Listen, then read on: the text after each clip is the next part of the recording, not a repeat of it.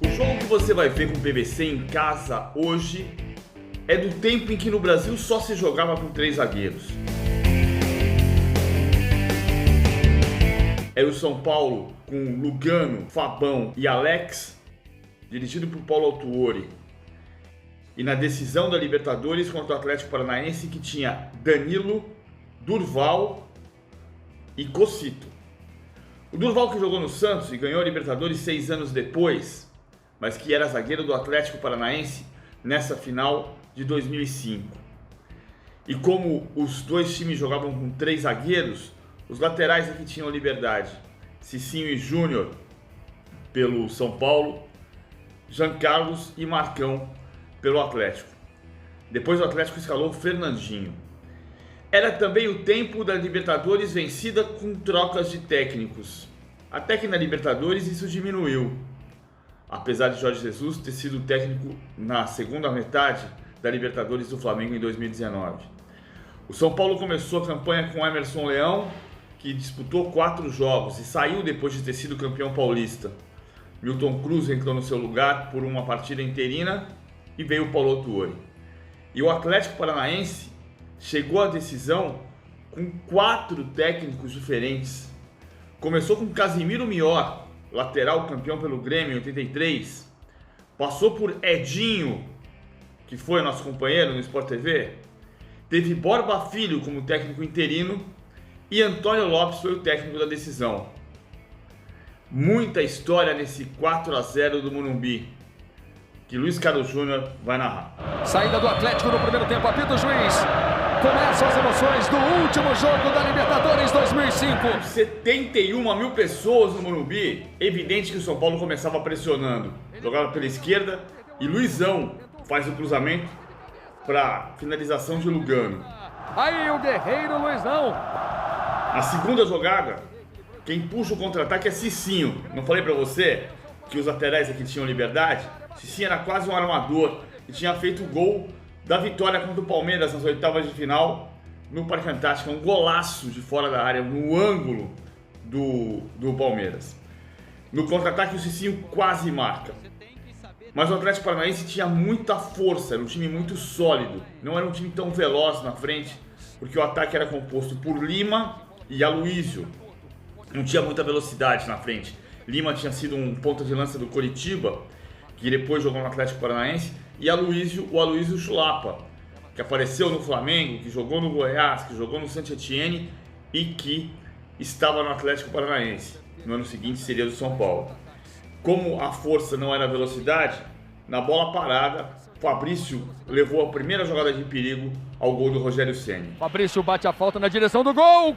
Que lance perigoso! O São Paulo começou o ano meio que despretensioso. Não tinha uma expectativa tão grande pelo time, até que o Emerson Leão quase fez o São Paulo ser campeão invicto. Acabou perdendo na penúltima rodada para a Portuguesa, mas foi campeão paulista.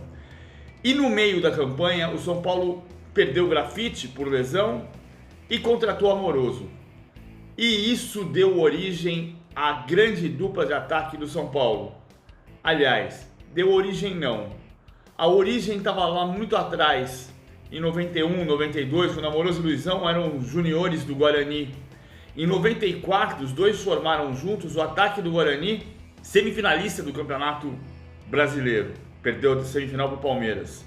Os dois se entendiam pelo olhar. E é por isso que a jogada do gol nasce desse jeito. Luizão de calcanhar, bonito, vem o São Paulo, Diego, olha a sobra, a cabeçada, gol!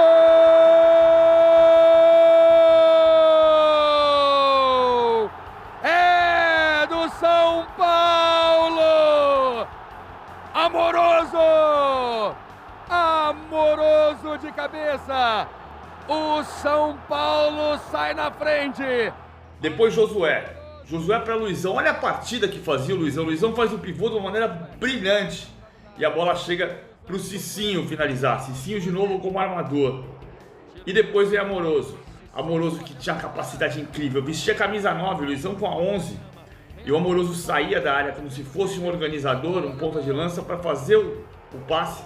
E o Danilo perdia a chance do segundo gol. São Paulo mais forte nesse primeiro tempo. Mas o Atlético ainda levava perigo. A dupla Lima e Aloísio. Veja como não tem velocidade, tem força. Lima arrasta na força e serve o Aloísio. E o Aloísio vem ganhando no corpo do Alex, zagueiro campeão da Copa do Brasil de 2004 pelo Santo André, contratado pelo São Paulo. E o Alex abraça o Aloísio. Parece até fora da área. Mas o Horácio Elizondo, árbitro argentino, confirmou o pênalti. Olha o perigo para o São Paulo. O primeiro jogo foi 1-1. 1-1 levava para os pênaltis. E num pênalti, agora o Atlético tem a grande chance. Fabrício. Apita o juiz. Fabrício, ele bate o pênalti na trave. Perde Fabrício o pênalti. Rogério estava na bola, mas ela pega na trave. E o primeiro tempo termina com vantagem São Paulina por 1-0. Até hoje o Atlético Paranaense reclama por não ter podido disputar o primeiro jogo das finais contra o São Paulo na Arena da Baixada. Pela falta de capacidade permitida para a final pelo regulamento, o Atlético teve que levar a decisão para o Beira-Rio. Fez 1-0 e tomou o gol de empate no começo do segundo tempo, um gol contra do Durval. Sem a vitória no primeiro jogo, mas com equilíbrio e perdendo o pênalti no final da primeira etapa, é claro que no Morumbi, lotado por 71 mil torcedores, era muito mais difícil segurar o São Paulo na segunda etapa. Luizão briga, Durval tira. E logo no começo, 7 minutos, Cicinho cobra o escanteio e Fabão dá um chute de cabeça. Olha a força da cabeçada do Fabão para fazer o segundo gol do São Paulo. É do São Paulo! Fabão! No comecinho da segunda etapa, já era muito difícil imaginar que o Atlético conseguisse arrancar 2 gols dentro do Morumbi para chegar ao empate. Principalmente porque o São Paulo continuava atacando. Dessa vez com o Amoroso pelo lado direito. É ele quem faz a jogada pela direita e olha, pelo olhar, pelo cheiro, pelo olfato, eles sabem onde está o Luizão. Aquela história que eu disse. Eles se conheciam desde a divisão de base do Guarani. Funciona mais uma vez a dupla Amoroso, Luizão. E aí você vai ver o Amoroso ganha do Danilo, zagueiro que depois jogaria no Palmeiras, e você percebe claramente o Luizão com a camisa 11, fazendo o gol de número 9. O Luizão foi substituído logo depois do gol, aos 27 minutos, para a entrada de Souza. E aos 33, com a vitória praticamente sacramentada, 3-0, Paulo Autuori tirou o Amoroso. Colocou Diego Tardelli. Aí você pensa, o jogo acabou. Acabou. O jogo era Amoroso e Luizão, então não tem mais jogo. Só que tem outro capítulo chamado Diego Tardelli. Antes, o Atlético Paranaense chega com perigo. Perigo relativo, chute de meia distância do meia Rodrigo. Depois vem o São Paulo de novo, para Tardelli. Olha o drible que ele dá no Durval e finaliza. O Diego, faz grande defesa. O Diego tinha sido goleiro do Juventude. Depois a jogada da pressão do São Paulo na saída de bola. Pressionando, dificultando. O Jean Carlos tem dificuldade demais. Fernandinho, hoje no Manchester City, já tinha entrado na ala do Atlético Paranaense. Vem a jogada pelo lado esquerdo. Danilo tira dali e fica esse bate e rebate, pressão. Finalmente para Tardelli, com o Mineiro fazendo o passe. O Tardelli corta e faz aos 43 do segundo tempo.